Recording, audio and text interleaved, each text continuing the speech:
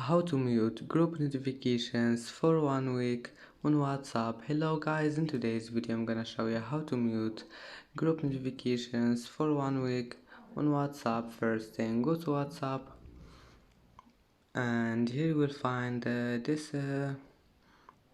one. Select any group you want, like this one here, click on it and then just click on group profile, and here you will find this one, mute notifications.